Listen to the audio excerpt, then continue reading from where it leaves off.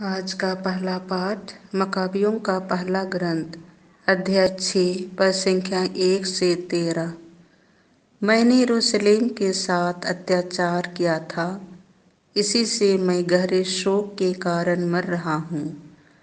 जब अंतियोक पहाड़ी प्रांतों का दौरा कर रहा था तो उसने सुना कि फारस देश का इलीमाइस नगर अपनी संपत्ति और सोना चांदी के लिए प्रसिद्ध है और यह कि वहाँ का मंदिर अत्यंत समृद्ध है और उसमें वे स्वर्ण ढाल कवच और अस्त्र शस्त्र सुरक्षित हैं, जिन्हें फिलिप के पुत्र सिकंदर मकेदोनिया के राजा और यूनानियों के प्रथम शासक ने वहाँ छोड़ दिया था। इसीलिए वह उस नगर पर अधिकार करने और उसे लूटने के लिए चल पड़ा, किंतु वह ऐसा नहीं कर पाया क्योंकि नागरिकों को उस अभियान का पता चल गया था। उन्होंने हथियार लेकर उसका सामना किया और उसे भागना पड़ा। उसने दुखी होकर वहाँ से बाबुल के लिए प्रस्थान किया।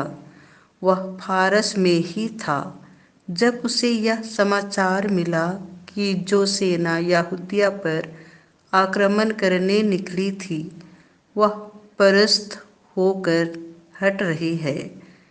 लिसियस एक विशाल सेना लेकर वहां गया था, किंतु उसे यहूदियों के सामने से पीछे हट जाना पड़ा।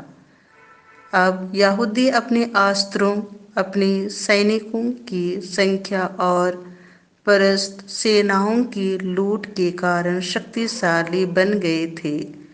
उन्होंने यरूशलेम की होम वेदी पर अंतियोक द्वारा स्थापित घृणित मूर्ति को ढाह दिया।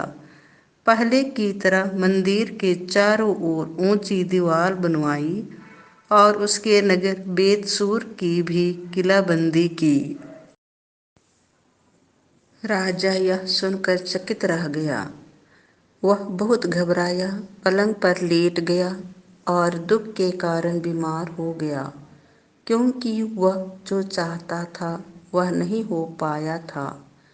वह इस तरह बहुत दिनों तक पड़ा रहा, क्योंकि एक गहरा विषाद उस पर छाया रहा। तब वह समझने लगा कि वह मरने को है और उसने अपने सब मित्रों को बुलाकर उनसे कहा, मुझे नींद नहीं आती और मेरा हृदय शोक के कारण टूट गया है। मैंने पहले अपने मन में कहा, मैं कितना कष्ट सह रहा हूँ और मुझ पर दुख का कितना बड़ा पहाड़ टूट पड़ा है। मैं तो अपने शासन के दिनों में दयालु और लोकप्रिय था, किंतु अब मुझे याद आ रहा है कि मैंने यरूशलेम के साथ कितना अत्याचार किया। मैं वहाँ के चांदी और सोने के सब पात्र चुरा कर ले गया और मैंने आकरण यूदा के निवासियों को मारने का आदेश दिया। मुझे लगता है कि मैं इसी से ये कष्ट भोग रहा हूँ और गहरे शोक के कारण यहाँ विदेश में मर रहा हूँ। यह प्रभु की वाणी है। संत लूकस के अनुसार पवित्र सुसमाचार अध्याय 20 पद संख्या 27 से 40। प्रभु मृतकों का नहीं जीवितों का ईश्वर है। सदूकी यीशु के पास आए। उनकी धारणा है कि मृतकों का पुनरुत्थान नहीं होता। उन्होंने यीशु के सामने यह प्रश्न रखा, गुरुवर, मूसा ने हमारे लिए यह नियम बनाया है, यदि किसी का भाई अपनी पत्नी के रहते निसंतान मर जाए तो वह अपने भाई की विधवा को विवाह कर अपने भाई के लिए संतान उत्पन्न करे। 7 भाई थे। पहले ने विवाह किया और वह निसंतान मर गया। दूसरा और तीसरा आदि 7 भाई विधवा को विवाह कर निसंतान मर गए। अंत में वह स्त्री भी मर गई। अब पुनरुत्थान में वह किसकी पत्नी होगी? वह तो 7 की पत्नी रह चुकी है। यीशु ने उनसे कहा, इस लोक में पुरुष विवाह करते हैं और स्त्रियां विवाह में दी जाती हैं, परंतु जो परलोक तथा मृतकों के पुनरुत्थान के योग्य पाए जाते हैं, उन लोगों में ना तो पुरुष विवाह करते हैं और न स्त्रियां विवाह में दी जाती हैं। वे फिर कभी नहीं मरते।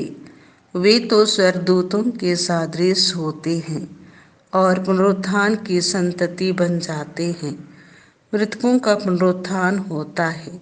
मूसा ने भी झाड़ी की कथा में इसका संकेत किया है, जहाँ वह प्रभु को इब्राहिम का ईश्वर, इसहाक का ईश्वर और याकूब का ईश्वर कहते हैं।